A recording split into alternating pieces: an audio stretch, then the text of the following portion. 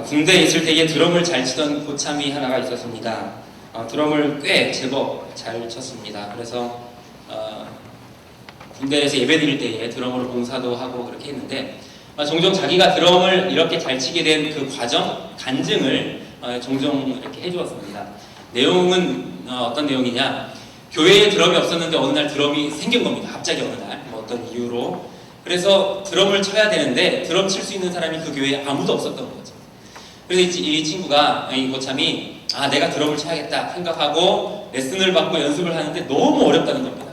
잘 안 되는 거예요. 이 손발이 안 맞고 이거 오래 걸릴 것 같은데 하면서 애타는 마음에 드럼을 붙잡고 연습할 때마다 막 하나님 앞에 기도했다고 합니다. 하나님, 내가 이 드럼으로 하나님을 찬양하고 싶은데 이 실력이 지금 따라주질 않습니다. 하나님, 나에게 재능을 허락해 주셔서 내가 능히 이 하나님 찬양하는 사명을 감당하게 해달라고 그렇게 기도를 했더니 정말로 하나님 응답해 주셔서 단기간에 드럼이 아주 월등한 어떤 실력을 갖추게 되어서 교회에서 봉사를 하였고 또 군생활하면서 이렇게 군대 내 교회에서 봉사를 하였다는 것입니다.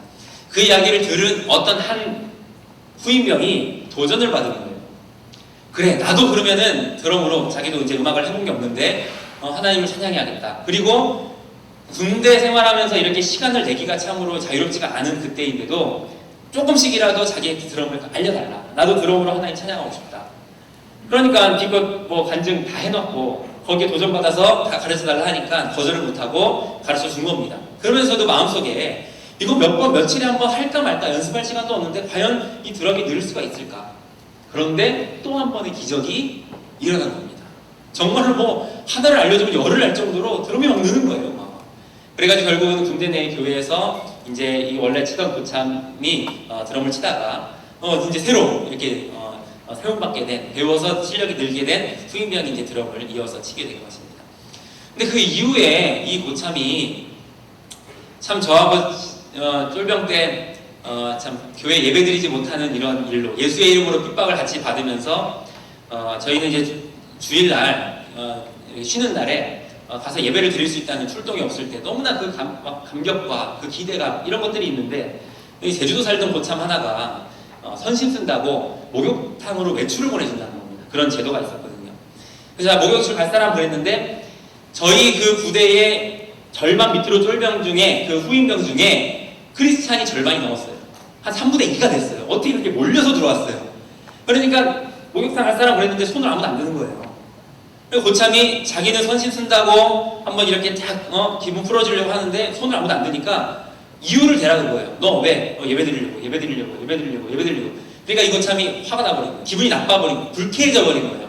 오늘 예배드리는 거 없어! 하고 딱 돌아서는데 제가 쫓아가면서 있을 수 없는 일입니다. 군대에서 저희 때 그 이름을 얘기하면서 님 얘기하면서 교회 가게 해주세요. 그러니까 안 돼. 또 몇 발짝 쫓아가서 님 저 군대 가게 해주세요. 그거를 세 번 교회 가게 해주세요. 세 번, 네 번 하니까 갑자기 다 모이라 그러는 겁니다. 예수 믿는 애들 다 모여! 그러는 거예요. 다 모여가지고 막 기쁜 거예요. 저는 예배 드리러 갈 수 있게 해주시는구나. 그랬는데 딱 모이더니 시간이 그때 예배 시간이 얼마 안 남아 있었는데 그 시간에 도저히 할 수 없는 공간을 청소를 하라고 시킨 겁니다. 너네 가서 청소나 해. 그런 겁니다. 그래가지고 제가 그때 막내였기 때문에 그 위로 고참들에게 얼마나 미안한지. 그런데 아무도 저에게 뭐라 하지 않고 예수님 믿는 우리 후임병들이 가서 청소를 하는데 세상에 저는 그렇게 손발이 빨라본 적이 없어요. 태어나서. 왜? 예배 시간 맞춰서 예배 드리러 가야 되니까. 그래서 그 말도 안 되는 시간 동안에 청소를 하는데 갑자기 청소를 하다가 쓰레기통을 버리려고 이렇게 화장실에 가서 이렇게 물로 닦아야 되는데 제가 막 이제 서름이 복받쳐 오르는 거예요. 그래가지고 화장실 가서 그 청소를 하면서 막 울었어요. 꺼이 울었어요. 그랬는데 그거를 알고 그 드럼 치던 고참이 쫓아와가지고 저를 토닥하면서 같이 부둥켜 안고 울었던 그 고참이에요. 그런데 이 고참이 신앙이 점점점 고참이 되어갈수록 변질 떠나가기 시작합니다. 전혀 술과 담배를 하지 않던 고참이었는데 회식할 때 이제 막 술을 마시기 시작하고 예수님 믿는 친구들끼리 한쪽에 모여가지고 우리는 술 안 마십니다 하고 막 이렇게 우리끼리 똘똘 뭉쳐 있었는데 어느새 저 술 잘 먹는 고참들 사이에 가가지고 막 고주망태가 돼가지고 술을 마시고 언어가 바뀌고 생각이 바뀌고 그렇게 하다가 제대하는 마지막 주일날 예배를 드리는데 그 고참이 이제 옛날에 원년 멤버니까 드럼 한번 오늘 치고 가시라고 그렇게 이야기가 나온 거예요. 그래서 드럼에 딱 앉아가지고 아까 이렇게 찬양하듯이 찬양 인도자가 찬양을 하고 드럼을 치는데 어떤 일이 일어났을까요? 드럼을 잘 쳐요, 못 쳐요? 기본 박자도 맞추지 못해요. 여러분 있을 수가 없는, 드럼 처음 친 거 알잖아요. 그거 까먹을 수가 없는 거거든요. 어느 정도 쉬었기 때문에 막 이렇게 막 피리 넣는 거 이런 건 좀 안 될지언정 기본적인 박자는 맞출 수 있어야 되는데 자기도 이상하니까 갸우뚱 하면서 딴 진땀을 내고 있는 거예요. 하나님께서 하나님을 찬양하고 싶습니다. 드럼으로. 그래서 하나님 나에게 재능을 허락해 주세요. 그렇게 기도하면서 순전한 마음으로 나아갔고 하나님은 선택하셨고 재능 감당할 능력 허락하셨고 쓰임 받았다가 그가 하나님을 멀리하기 시작했습니다. 하나님 말씀을 버렸을 때, 여호와를 버렸을 때에 하나님도 그를 더 이상 사용하시지 않게 되었습니다. 여담이지만 제대한 후에 연락이 왔어요. 만나자고. 왜 그러느냐? 저도 이제 음악 전공을 했는데 어느 돈 많은 집사님이 찬양팀을 하나 만들려고 하는데 내가 너를 소개를 했다. 그랬더니 한번 보고 싶어 하신다. 저는 그때부터 제가 찬양사역자의 길이 뻥 뚫릴 줄 알고 기대하는 마음으로 찾아갔습니다. 갔더니만 간단하게 얘기하면 교회가 통째로 다단계 소굴인 거예요. 목사님부터 온 교회가. 그래서 이야기를 쭉 찬양팀이 이야기하다가 다단계 자료를 딱 들이밀면서 이 다단계는 성경적입니다 라고 하면서 담임 목사 누구 그런 교회에 만나서 그렇게 그 이후로 저는 그 고참을 만난 일이 없습니다. 연락이 와도 만나주질 않았습니다. 여러분 하나님이 이 세상의 창조주이십니다. 맞죠? 믿으십니까? 네. 절대하신 주권으로 세상을 다스리는 주인이십니다. 하나님께서 모든 능력을 다 가지고 계시는데 손수 직접 일을 하신 것은 언제? 천지를 창조하실 때만 그렇게 사용하시고 아담과 하와를 딱 세워놓으신 이후로 지금까지 하나님은 이 하나님의 일들을 행해 나가실 때에 하나님이 직접 행하셨어요? 아니요. 하실 수 있음에도 불구하고 누구를 들어서? 사람을 들어서 하나님의 구속사를 이루어 가셨어요. 그래서 그때마다 필요한 이 시기와 시대와 그 장소에 필요한 일꾼들을 하나님께서 부르셔서 선택하셔서 능력 주시고 열정 주시고 믿음 주시어서 말씀 주셔서 감당케 하시는 거예요. 그러면 선택받은 자에게 필요한 것은 뭐예요? 자기 명철을 의지하지 말고 겸손하게 하나님 말씀에 순종하는 것 뿐이에요. 우리가 어제 저녁에 누구 이야기를 했죠? 여호수아 이야기를 했죠. 여호수아, 그러니까 가만 보면은 우리 밤 예배는 문제 제기고 새벽 예배는 답을 제시하는 거예요. 자, 밤 예배 때 어제 여호수아 세대에서 다른 세대로 넘어갔죠. 왜 넘어갔어요? 그렇게 했던 말도 하고 알겠다고 그러는데 또 얘기하고 이제는 할 만치 한 것 같은데 마지막으로 한 번 더 잔소리하는 여호와만 섬기라고. 그 여호수아가 110세가 돼서 죽고 나니까 여호와를 알지 못하는 그런 다른 세대가 나타나서 사사기에 폐역한 시대가 펼쳐졌다. 그렇게 하고 우리는 어젯밤에 말씀을 마쳤어요. 그리고 오늘 새벽에 누구? 사무엘. 그 엉망인 세대가 지나가면서 하나님 말씀이 희귀해져 갈 때에 하나님은 사무엘에게 찾아오셔서 다시 하나님이 사무엘에게 이르시되 오랜만에 하나님이 입술을 여시면서 다시 역사가 시작되었어요. 오늘 밤엔 다시 문제 제기예요. 자, 사무엘이 그렇게 해서 사무엘이 오늘 누구를 만나느냐? 사무엘을 통해서 왕정시대가 열리는데 초대 왕으로 사울 왕을 세우십니다. 사울 왕 근사하게 딱 세움받았어요. 그래서 쭉 쓰임받으면 좋겠는데 아까 그 드럼치던 고참처럼 중간에 하나님께서 그를 세운 것을 후회하시고 버림받는 사건이 일어납니다. 그렇게 오늘 저녁에 우리는 애통해하면서 이렇게 기도하면서 오늘 밤을 보낼 거예요. 내일 아침에 답이 나옵니다. 그 답은 누구입니까? 사울 다음에 다윗이라는 인물이 내일 아침에 새벽에 가장 피곤한 시간에 졸리고 눈이 감기는 그 시간에 우리는 다윗에 대한 이야기를 마지막 클라이막스로 나누면서 이렇게 마치게 될 거예요. 그리고 여러분들은 이 세상에 나아가서 살아갈 때에 이 설교를 들었던 이 말씀을 받았던 이 원리 뭐예요? 말씀을 떠나면 어떻게 돼요? 하나님 말씀하지 않으시면 우리의 심령에, 교회에, 세상에, 사회에 하나님 말씀이 없으면 망하는 것이고 하나님 말씀이 있으면 그래서 우리가 듣고 지키고 믿음 가지고 순종하면 하나님의 역사가 일어나는 것이고 형통하는 것이고, 이 원리 공식을 여러분들은 가지고 세상으로 나아갈 거예요. 그 문제 제기는 여러분들의 삶의 여러 가지 모양으로 매일 매순간 문제는 제기돼요. 어떻게 할래? 어떻게 할래? 선택해야 될 일이 있고, 그때 여러분들이 들이대야 될, 승부를 봐야 될 공식은 다른 게 아니에요. 말씀을 듣고 읽고 행하고 순종하고 경외하고, 그쵸? 하나님과의 거리는 여러분들과 성경과의 거리다 라고 하는 말을 한 사람이 있어요. 찔리십니까? 네, 성경이 저 멀리 있습니까? 자, 그래서 오늘은 사울에 대한 이야기를 한번 나눠보는데, 사울은 초대 왕이기 때문에 이 왕정 시대가 처음에 어떻게 해서 시작이 되었는지 배경을 나눠야 돼요.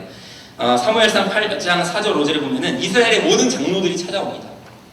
그래서 뭐라고 하느냐? 사무엘 당신 늙었고 당신의 아들들은 당신의 행위를 따르지 아니하니 열방과 같이 우리에게 왕을 세워 우리를 다스리게 하소서라고 이야기합니다. 자, 왕을 요구하는 것 자체는 잘못이에요, 아니에요? 확실하게 대답하세요. 왕을 요구하는 자체는 죄일까요, 아닐까요? 죄다. 아니다. 아니다가 좀 더 많은데 방금 말했던 친구들은 얼음하고 있는데. 자, 그 다음에 7절을 보면은 그것이 죄인지 아닌지 좀 우리가 감이 와요. 뭐라고 되어 있냐면, 여호와께서 사무엘에게 이르시되 백성이 너에게 한 말을 다 들으라. 그들이 너를 버림이 아니요 나를 버려 자기들의 왕이 되지 못하게 함이니라. 가만 보니까 죄 아니에요? 이거 지금 분위기가 죄인 것 같아요. 이스라엘의 왕이 있어요, 없어요? 당시에 이스라엘의 왕이 있었어요, 없었어요? 누가? 있었다고 하면 누가? 그쵸, 여호와 하나님이 왕이셨어요. 그죠? 하나님이 왕이심으로 선지자 모세를 통해서, 여호수아를 통해서, 선지자를 통해서, 사사를 통해서 하나님께서 이 신정 정치를 행하시는데, 다만 간접적인 신정 정치를 행하셨던 것 뿐이에요. 그러면은 창세기 35장 11절을 읽어보면은 죄였는지 아니었는지 또 헷갈려요. 창세기 35장 11절 제가 읽어드릴게요. 그에게 이르시되 나는 전능한 하나님이니라. 생육하며 번성하라. 국민과 많은 국민이 내게서 나고 왕들이 내 허리에서 나오리라. 이스라엘은 무슨 국가? 하나님께서 예언하셨죠. 많은 왕들이 내 허리에서 나오리라. 왕이 생겨날 것을 미리 하나님은 계획하셨고 예언하셨어요. 그러니까 왕을 요구하는 자체는 잘못이 아니에요? 그 자체는 잘못이 아닌데 무엇이 잘못이었느냐? 이 이스라엘의 모든 장로들이 왕을 요구한 그 중심, 목적이 무엇이었느냐? 그게 잘못이었어요. 그게 어디에 나오냐면 사무엘상 8장 19절 20절에 백성이 사무엘의 말 듣기를 거절하여 하로되 아니로소이다. 뭐라고 했냐면, 하나님께서 왕 세워줘. 까짓거 세워주는데 왕이 세워지고 나서 그들에게 꼭 좋은 일만 아닐 것을 경고를 해줘. 그래서 막 경고를 합니다. 나중에 그 왕이 권력을 잡아서 너희들 오히려 징치하고 괴롭게 할 것이고 그렇게 특정으로 다스릴 수도 있다. 다 이야기를 한 다음에, 그러면 그래도 세울래? 라고 하니까 백성들이 아니로소이다. 듣기를 거절하여 하로되 우리도 우리 왕이 있어야 하리니 우리도 열방과 같이 돼요. 이 열방은 누구예요? 여호와 하나님 모르는 이방 나라들이에요. 우상 섬기는 나라들이에요. 열방과 같이 되어 우리 왕이 우리를 다스리며 우리 앞에 나가서 우리의 싸움을 싸워야 할 것입니다. 중심이 발라요, 옳아요, 틀려요? 틀려요. 이들이 원하는 왕은 저 이방 나라에 있는 왕, 맨날 우리를 공격하는 저 나라, 보니까 우리보다 싸움을 잘해. 가만히 봤어. 뭐가 다른가? 봤더니 저기는 왕이 있어요. 당시에 왕은 군수 통수예요. 그죠? 군대의 통수란 말이에요. 그러니까 전략을 세우고 정돈을 하고 군사훈련을 하고 이렇게 리더십을 발휘해서 쫙 일사천리를 하니까 우리보다 싸움을 잘하는 거예요. 무기를 만들고. 그러니까 국가 군사력을 불안하게 해줄 왕, 경제 성장을 이뤄줄 왕, 우리를 편하게 먹고 살게 해줄 왕을 요구하는 거예요. 그거를 어디서 보고? 할례받지 못한 자, 이방 나라들의 왕을 보고 부러워하면서 요구를 하고 있는 거예요. 여러분, 하나님께서 생각하시는 왕은 그런 왕이 아니에요.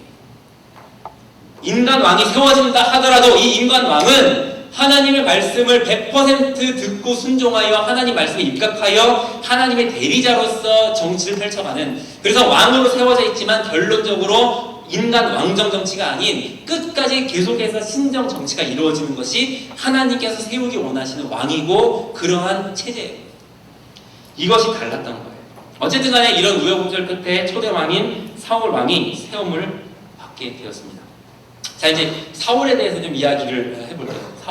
사울 어떤 사람이에요? 잘생겼어요. 성경에서 준수하다고. 네, 준수하다고. 다른 이보다 뭐라고 했냐면 9장 2절에 이스라엘 자손 중에 그보다 더 준수한 자가 없고 막 키는 모든 백성보다 어깨 위는 더. 키도 크지요. 준수하죠. 경영교에서 누가 제일 준수해요? 김준수. 그런 말장난 하지 말고 여러분 눈치가 빨라야 됩니다. 뒤에 누가 와 계시는지를 여러분들이 이렇게 잘 하고. 경영교에서 누가 제일 준수해요? 네, 그렇죠. 네, 우리가 여러분 세상 사는 지혜예요, 이게. 그렇게 준수한 사울. 그러니까 누가 보아도 막 키도 크죠, 훤칠하죠. 저거는 왕감이에요. 왕감이에요. 뭐 연예인 중에 누가 제일 준수해요? 여러분들 누가 제일 좋아해요? 누구 제일 좋아해요? 연예인 중에도 준수가 있지 않아요? 시아 준수인가? 넘어갑시다.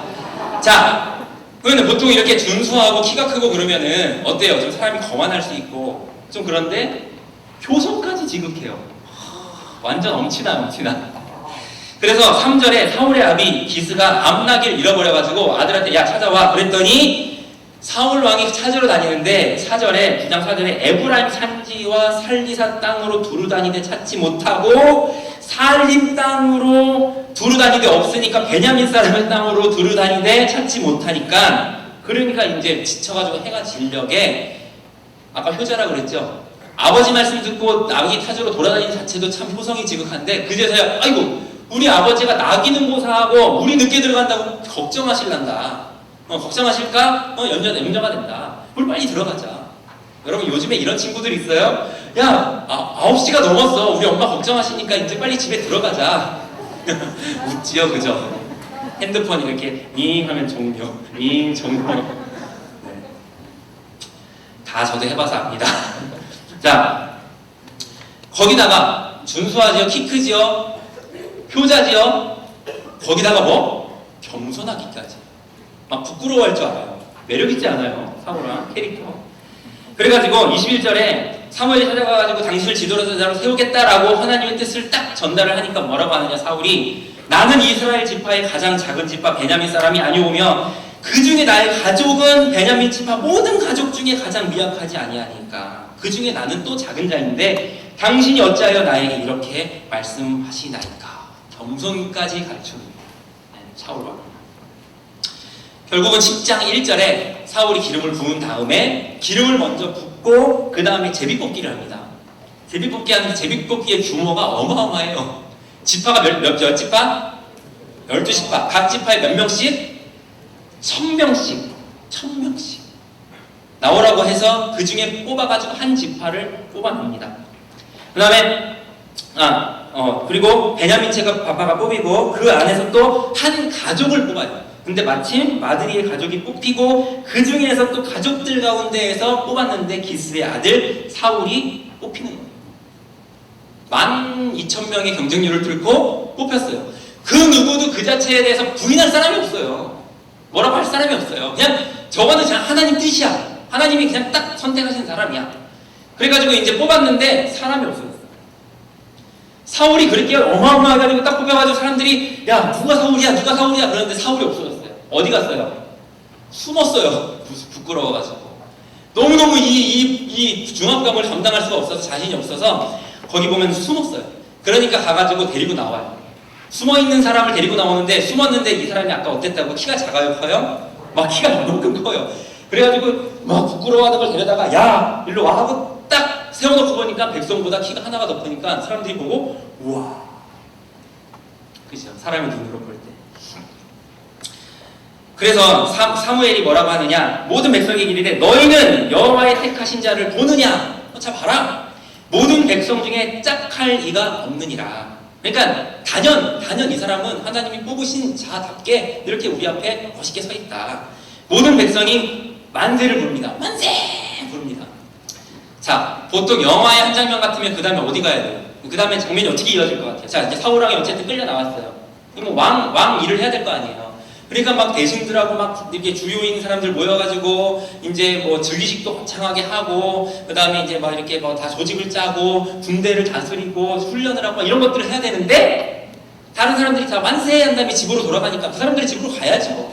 사울도 집으로 가요. 그냥 왕으로 뽑혔는데 그냥 집에 가버려요. 그러니까 부인하는 거 아직도 자기가 누군지 몰라 지금. 그렇게 해서 이제 사무엘이 25절 26절에 이 사무엘이 나라의 제도를 백성에게 말합니다. 여러분 이건 굉장히 독특한 모양이에요. 사무엘이 나라의 제도를 말합니다. 그러니까 이게 어느 나라예요? 왕정정치예요? 신정정치예요?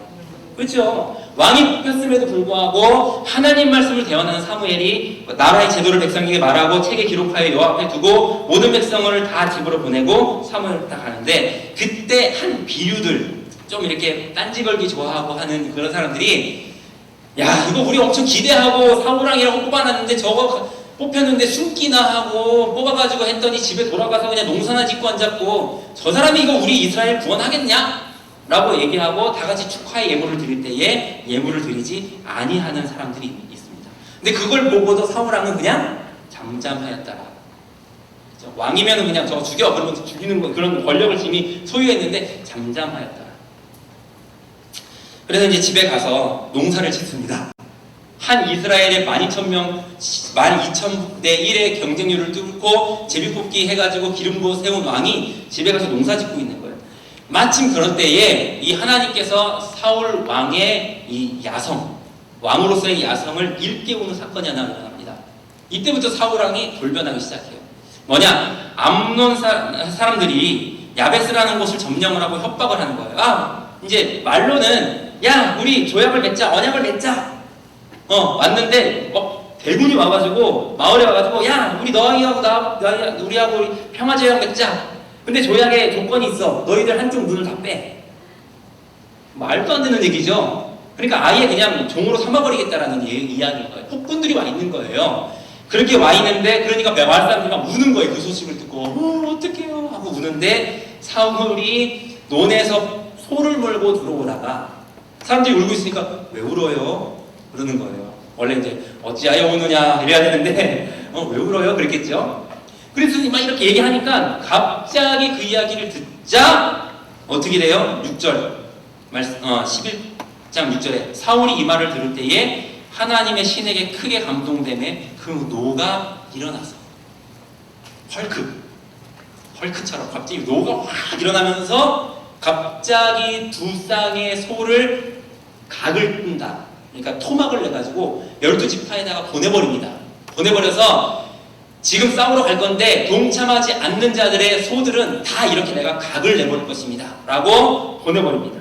그랬더니 여호와의 두려움이 백성의 입안에 그들이 한 사람같이 나옵니다. 그러니까 야야야야 이제 사울왕이 이거 보내왔어. 이거 우리 가서 동참하지 않으면은 지금 우리 소들 다 이렇게 다 잘라버리겠대. 그러니까 한 사람같이 백성들이 나오는데 몇 명이 나와요? 33만 명이 모입니다. 그러니까 거창한 데뷔전을 치르는 거죠. 33만 명 끌고 가서 가뿐하게 대승을 거두어버립니다. 야베스 지역에 가서. 그렇게 하고 나니까 이런 사람들 있죠. 아까 이제 야 저 사람이 우리 이거 다스릴 수도 있겠어? 막 이렇게 할 때 옆에 사람들이 좀 아무래도 그런 사람들은 좀 이렇게 거칠고 힘세고 뭐 싸움 잘하고 뭐 이런 사람들이 그러잖아요. 개념 없고. 그러니까 저거 그냥 내비두는 거예요. 그랬다가 이제 사울왕이 딱 대승을 거두고 나니까 아까 사울왕 뭐라고 그때 말한 사람 어딨어? 막 이래가지고 왕이시여 저거 다 잡아 죽여야 됩니다. 저거 저번에 왕 뽑혔을 때 왕이 어찌 이스라엘 다스리겠냐고 옆에서 막 깐죽댔습니다. 그러니까 사울왕이 딱 그럽니다. 오늘은 기쁜 날이 죽이지 말아라 하고 제지를 딱 하게 되고 그 이후에 훈훈한 분위기로 온 사람들이 찬송을 하면서 엄청 거창하게 이 즉위식을 이렇게 하게 됩니다. 여러분 그 다음에 사무엘이 가만히 있을 수 없죠. 이 즉위식을 거창하게 딱 왕으로 이제 공식적으로 딱 세워졌어요. 그 다음에 사무엘이 할 일은 뭐예요? 이 나라는 누구의 나라? 하나님의 나라. 왕이 세워졌어요. 사무엘 마음에 어떤 마음이 있었겠어요? 찜찜해요 지금 사무엘은. 이거 걱정인데 이거 어떡하지? 막 이런 마음이 있는 거예요. 그러니까 하나님께서 말씀을 주신 말씀을 바로 그 순간에 대국민적인 설교를 거기에서 가르침을 합니다. 그게 뭐냐? 사무엘상 12장의 13절 15절에 이제 너희의 구한 왕, 너희의 택한 왕을 보라! 봐라! 여호와께서 너희 위에 세우셨느니라. 너희가 만약 여호와를 경외하며 그를 섬기며 그 목소리를 듣고 여호와의 명령을 거역하지 아니하며 또 너희와 너희를 다스리는 왕이 너희 하나님 여호와를 쫓으면 좋으리라마는 너희가 만일 여호와의 목소리를 듣지 아니하고 여호와의 명령을 거역하면 여호와의 손이 너희 열조를 치신 것 같이 너희를 치실 것이라. 자, 사무엘이 이 나라에 왕이 세워진 이후에 여전히 변치 않을 신정 정치의 원리를 공포를 하는 것입니다. 왕 세워졌어도 변할 거 없다. 왕과 백성들은 하나님 말씀을 순종하면 하나님께서 우리와 함께 하실 것이고 왕이나 백성이나 순종 안 하면 하나님 우리를 치실 것이다. 졸고 있는 자를 치실 것. 낮에 정말 재밌게 놀더라고요, 여러분. 점심때 노는 거 봤는데 그렇게 소리를 지르던 사람들이 이 밤에 찬송을 부르면서 소리가 찬양대가 적으면 어제 경고한 대로 지휘자를 죽이려고 그랬는데 목소리가 어제보다는 3배 가량 컸기 때문에 그래도 작았지만 좀 시원찮았지만 그래도 오늘 목소리가 괜찮았기 때문에 그리고 역시 형만은 아무 없다라는 말이 이럴 때 적용되는 거 맞는가? 어제 피셜에 이어서 에베네스를 너무 잘했어. 그러니까 어제는 이렇게 하면 박수를 치던데 오늘 박수를 안 치는 거 보니까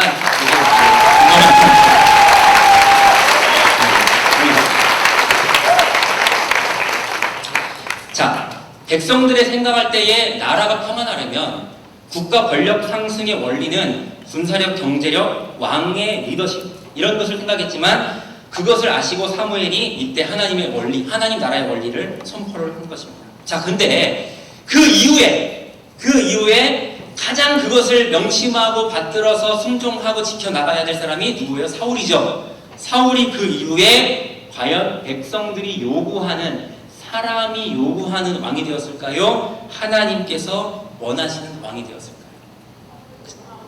사람이 원하는, 안타깝게도 하나님을 경외하지 않는 왕이 되었고 말씀을 가볍게 경홀히 여기는 하나님의 명령을 거역하는 왕이 되었어요. 결정적인 사건 2가지가 있어요. 첫 번째 사건은 뭐냐? 제사 문제예요. 제사 문제. 13장 8절 9절에 전쟁을 하려고 하는데 제사를 드려야 되는데 사무엘이 시간에 맞게 오지를 않는 거예요. 빨리 이거 제사 드리고 지금 적들이 막 차별을 갖추고 있고 이 촉각을 다투는 상황인데 사무엘이 오지 않으니까 사울 왕이 제사는 누구만 집례할 수 있어요? 제사장만 집례할 수 있어요. 그런데 사울 왕이 그냥 집례를 해버려요. 그리고 나서 사무엘이 마치 뭡니다. 지금 당신 잘못했다는 겁니다. 그러면서 저주하기를 사무엘이 사울에게 이르되 왕이 망령되이 행하였도다. 왕이 하나님 여호와께서 왕에게 명하신 명령을 지키지 아니하였도다. 그리하였다면 만약에 그렇게 지켰다면 여호와께서 이스라엘 위에 왕의 나라를 영영히 세우셨을 것이오늘 지금은 왕의 나라가 길지 못할 것이다. 여호와께서 이미 왕에게 명하신 바를 지키지 않았으므로 여호와께서 그 마음에 맞는 사람을 구하여 그 백성에게 지도자를 삼으셨느니라. 여러분, 다른 잘못보다 무서운 죄예요. 제사 문제는. 그렇죠? 그래서 다른 부를 가지고 제사를 했다가 즉사하게 되고요. 가인과 아벨 제사 문제로 싸우다가 결국 아벨이 죽었지만 가인 쫓겨나게 되고요. 버림받게 되고요. 제사 문제는 대인죄가 아닌 대신죄이기 때문에 하나님께서 즉각 이렇게 처단을 하시는 그러한 일들이 있는 겁니다. 그래서 벌써 왕으로 세운 지 얼마 됐다고? 이미 왕은 여호와께서 그 마음에 맞는 사람을 구하였다. 당신 이제 버림받을 것이다 라고 저주를 해버립니다. 무섭게. 그 다음에 이제 2번째 일어난 이야기가 오늘 이제 본문에 대한 내용인데 어제 우리 대화 나눴죠? 내가 어제 누구였어요? 여러분들이 백성들이었죠? 오늘 본문 15장도 마찬가지로 대화 형식이에요. 그래서 한번 대화를 나눠볼게요. 자막을 보면서. 자, 먼저 사무엘. 제가 사무엘, 여러분들이 사울. 그렇죠? 사무엘이 먼저 이야기하는 거예요. 저는 조금 이렇게 간략하게 줄여서 이야기할게요. 성경 본문을 요약해서. 여호와께서 왕에게 기름을 부어, 지금 이제 사울 왕에게 얘기하는 거예요. 여호와께서 왕에게 기름을 부어 이스라엘의 왕을 삼으셨은즉 이제 왕은 여호와의 말씀을 들으소서. 여호와께서 말씀하시기에 지금 가서 아말렉을 쳐서 그들의 모든 소유를 남기지 말고 진멸하되 어느 것 하나도 남기지 말라 하셨나이다. 사울, 보이죠? 이렇게 했어요. 그 다음에 그 사이에 여호와께서 말씀을 하셔요. 자, 여호와께서 왜 말씀을 하셨냐? 갑자기 여호와께서 내가 사울을 세워 왕 삼은 것을 후회하노니 그가 돌이켜서 나를 쫓지 아니하며 내 명령을 이루지 아니하였음이니라. 이 뭔가 좀 문제가 생긴 거예요. 자, 그 다음에 사무엘, 저 혼자만 계속 하는데 지금 근심하여 온 밤을 부르짖다가 사울을 만나러 가서 이야기를 하려고 만나러 갔는데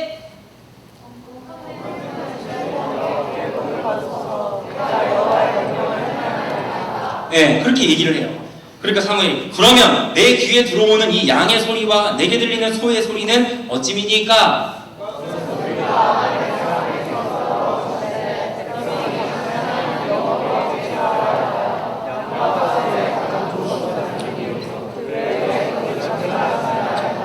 가만히 계시옵소서.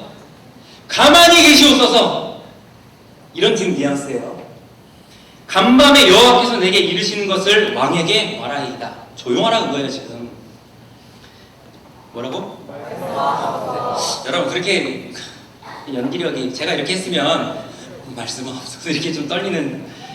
왕이 스스로 작게 여길 때에 그쵸? 작게 여겼죠 왕이. 이스라엘 지파의 머리가 되지 아니하셨나이까 여호와께서 이르시기를 가서 죄인 아말렉 사람을 진멸하되 다 없어지기까지 치려하셨거늘 어찌하여 왕이 여호와의 목소리를 청종치 아니하고 탈취하기에만 급하여 여호와의 악하게 여기시는 것을 행하였겠나이까?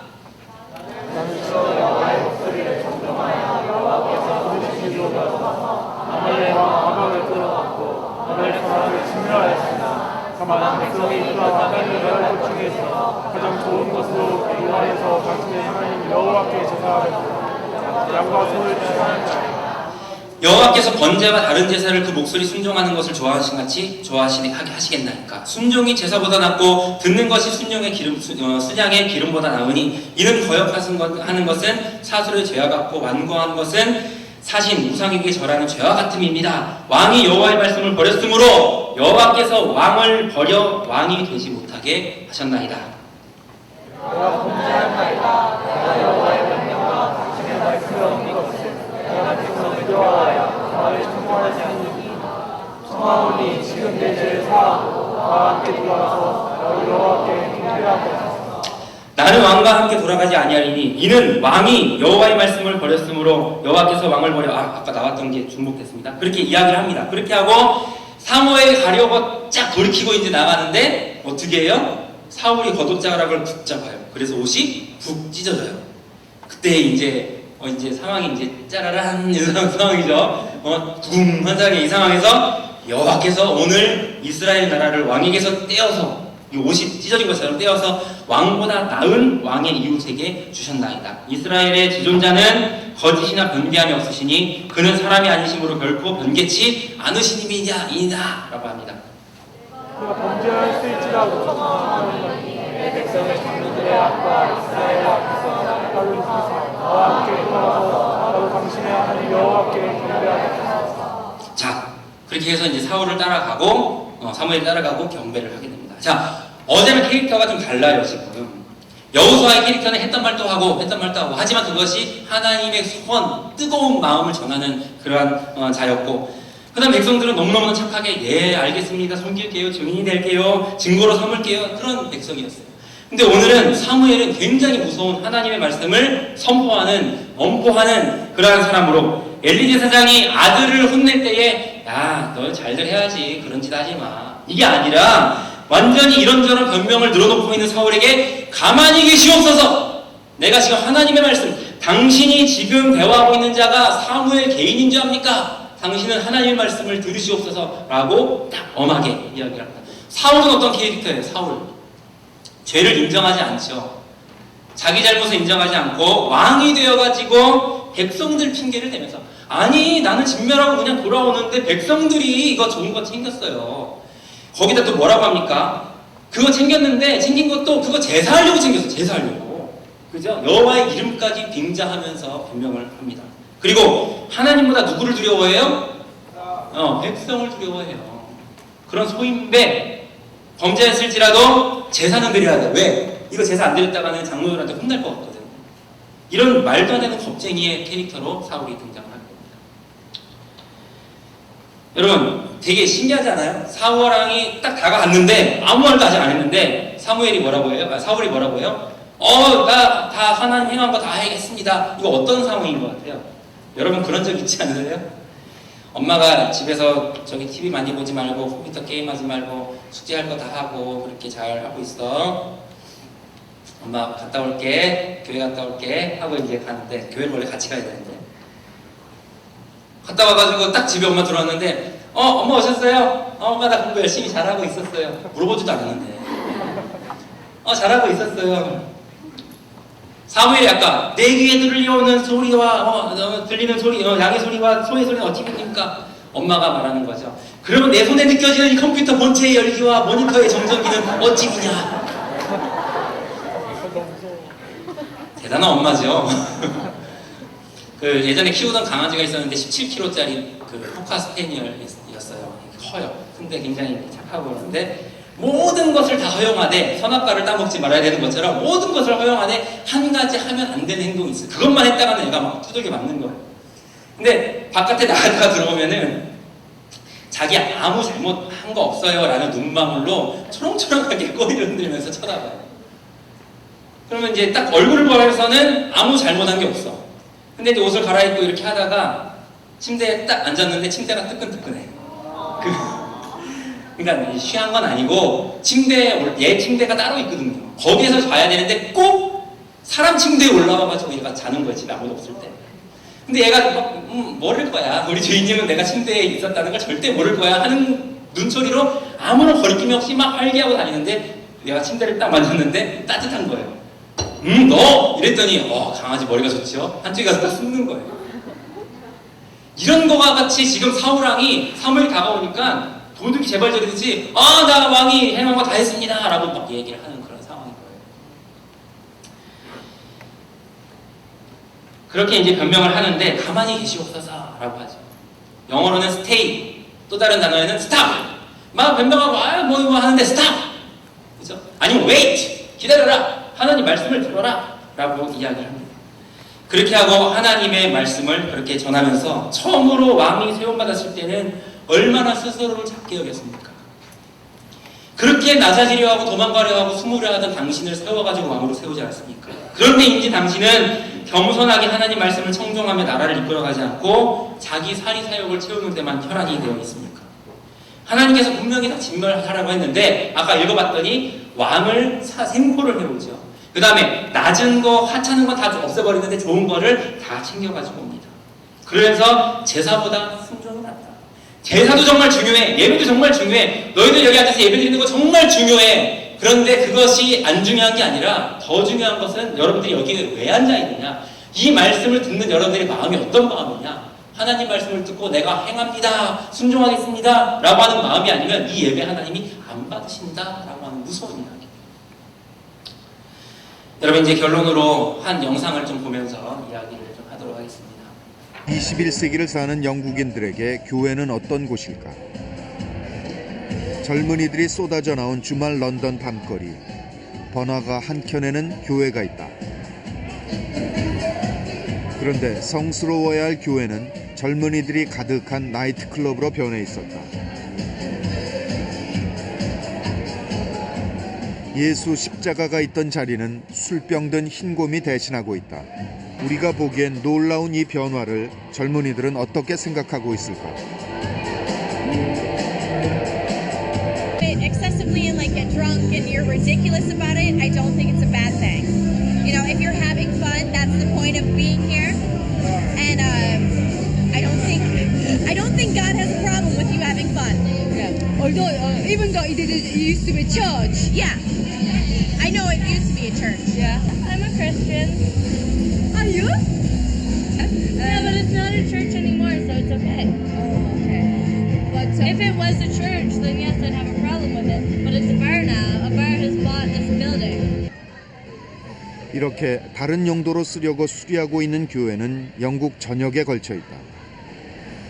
2005년 영국 성공회 조사에 따르면 전체 성공회 교회 4만 7천여 개 중에서 1,300여 개 교회가 이미 다른 용도로 변경된 것으로 나타났다. 교회가 다른 건물로 바뀌는 것은 사람들이 더 이상 예배 보러 교회에 오지 않기 때문이다. This company has about 4 of them at the moment. Why? Huh? There's nobody using them. 교회 간판이 아직 남아있는 한 건물. 그 안에는 남자들 여럿이 모여들고 있다.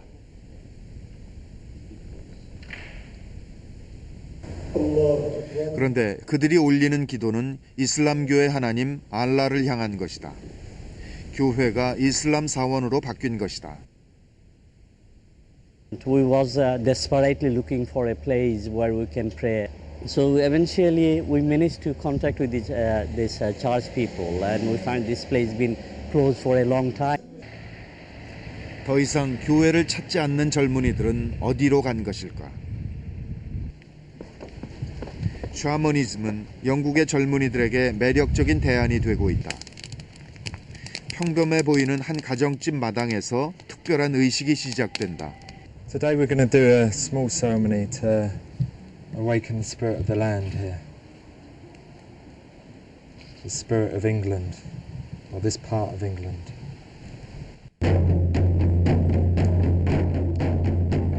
여럿이 모여 함께 북을 두드리며 그들은 땅의 영혼을 치유하는 의식을 벌였다. 그것은 바누아투 타나섬 사람들이 춤을 추는 이유와 같은 것이었다. 미신이라며 금지했던 토속 신앙에 이제는 그들이 심취해 있는 것이다. We apologise for what the missionaries done. It's wrong. Wrong to go to another land and tell them how they must be with spirit. Jesus was a man, and he was a teacher, a great teacher. He was a shaman. He was a teacher. But that was 2,000 years ago, and we don't need saving. Who do we need saving from? Ourselves. Ourselves. Only we can save that. We can't wait. We'll be waiting forever. 이들은 구원은 신의 의지가 아니라 스스로에게 달려있는 문제라고 생각한다. 오랜 세월 믿어왔던 신은 더 이상 두려운 존재도 절대적인 존재도 아니다. Yeah, with God in England is a dirty word. People don't like saying the word God. In the young, if I say God, people get angry. No, that's religious, because they equate it with control and repression, dog. 그런가 하면 태어나면서부터 갖게 되는 모태신앙을 거부하고 스스로 무신론자라 선언하는 사람들도 많아지고 있다. 일종의 종교 국가에서 그것도 공개적으로 무신론자라고 밝히는 것은 과거엔 상상도 할 수 없던 일이다. 그들은 이른바 세속주의 협회라는 단체를 만들어 활동하고 있다. 그들 중 상당수는 과학자, 의사, 교수 등 지식인들로 이루어져 있다. Can I say you have been deep baptized? Yes. There is no evidence whatsoever that there is any God, nobody watching you. All the scientists, whatever you discover about astronomy, where is the God? He was up there, he was down there, but you know. Well, if he exists, he doesn't seem to be very pleasant, that's all. 자, 여러분 잘 자막이 보였어요? 자막이 안 보였어요. 여러분 저렇게 영국하고 같이 하나님 앞에 쓰임받은 나라가 어느 나라예요? 미국이죠. 미국도 뭐 많이 타락했다, 뭐 신학이 뭐 어떻게 했다 아무리 이야기를 하지만 미국은 좀 특별한 나라예요. 건국 자체가 어디 위에 세워졌어요? 어디 위에? 성경 위에 세워진 나라예요. 그렇죠. 그렇기 때문에 미국은 아무리 시대가 악해져 간다 한들 그 신앙의 나라, 기독교 국가로서의 저력을 가지고 있을 나라예요. 그 다음에 미국 다음에 어느 나라? 우리나라. 우리나라가 여러분 세계 선교 2위 국가. 비율로 따지면 1위 국가예요. 말도 안 되는 수치예요. 그렇게 세계에 유례없는 부흥이 있었고 지난 130년간의 교회가 세워지고 세계적인 교회들이 다 한국에 몰려있고 이런 일들이 있는데 이제는 저 영국 사람들이 이러한 하나님 앞에 쓰임받았던 그랬다가 버림받은 나라들이 거기 남아있는 진짜 크리스찬들이 가슴을 치면서 한국을 향해서 이야기를 해요. 염려를 해요. 한국을 위해 기도를 해요. 우리는 그냥 가만히 있는데 뭐라고 하느냐, 우리가 가고 있는 우리가 경험해본 바에 의하면 지금 대한민국도 같은 길을 걸어오고 있다. 그러면서 어떤 여인 변호사가 이야기를 하기를 우리가 영국이 이렇게 된 이유가 두 가지가 있다. 그러니 그 잘못한 두 가지를 당신들은 하기를 바란다. 라고 하면서 막 열변을 토하는 영상이 또 유튜브에 이렇게 올라와 있어요. 그 이야기가 무엇이냐? 첫 번째는 무엇이냐? 그 나라의 뭐 차별금지법 막 이런 것들이 막 진행되고 이렇게 해역해지는 시대에 나와서 그런 것에 대해서 이야기를 하는 사람은 방송, 전체 방송, 라디오 방송 통틀어가지고 이 변호사, 여자 변호사 한 사람밖에 없어요.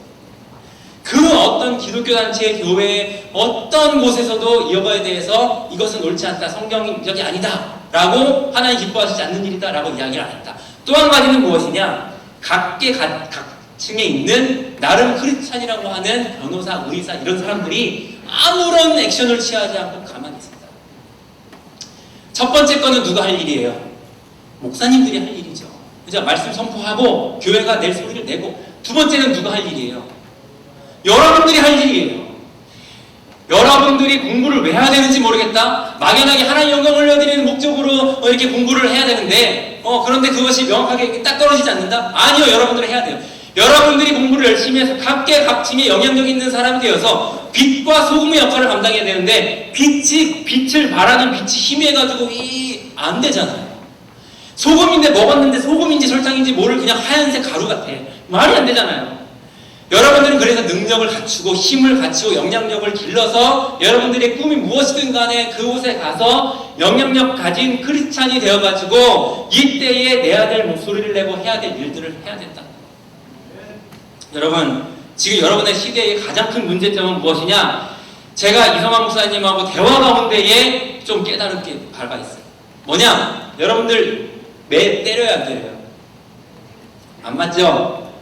안 맞죠? 매 맞고 안 맞는 게 중요한 게 아니라, 여러분들은 그게 중요하겠죠? 그게 중요한 게 아니라 그 이후에 생긴 제도가 있어요. 무슨 제도예요? 벌점 제도. 저 이번에 처음 들었어요. 그래서 분위기가 어때요? 딱 잘못하면 선생님이 길게 말을 해요, 안 해요? 응, 잘못했어? 딱 벌점 책 있으면 몇 번이더라. 그래, 그거 잘못했지. 그래서 2점. 자, 2점. 너 2점 받았다? 그 다음에 선생님도 어떻게 하다가 애한테 뭐 잘못했어요. 그럼 어떻게 해요, 여러분들? 바로 112 신고하죠. 우리 신고한다 그러잖아. 선생님하고 제자하고 말을 할 필요가 없어요. 손도 댈 필요도 없고 말할 필요도 없게 돼버렸어요. 그냥 오피셜하게 벌점 때리면 그만이고, 그래서 벌점 채워지면은 뭐 거기에 대해서 또 조치 치워지고. 이게 무슨 병폐를 가져오느냐, 이 제도가. 무슨 병폐? 아무도 여러분들에게 말을 하지 않는 세대가 온다는 겁니다. 여러분들의 선생님이 여러분들을 때리지 않는 건 고사하고 여러분들하고 대화를 안 해요. 왜? 말해봤자 피곤해지니까, 말썽만 생기니까, 신고해버리니까 그냥 딱 있는 대로 벌점만 딱 줘버립니다. 여러분들의 부모님은 여러분들에게 말합니까? 어제 엘리의 두 아들처럼 여러분들이 점점 우상이 되어가는, 자녀들이 우상이 되어가는 시대가 지금 도래하고 있어요. 엄마도 말을 못해요. 아빠도 말을 못해요. 선생님도 말을 안 해요. 교회 오면 말을 해요?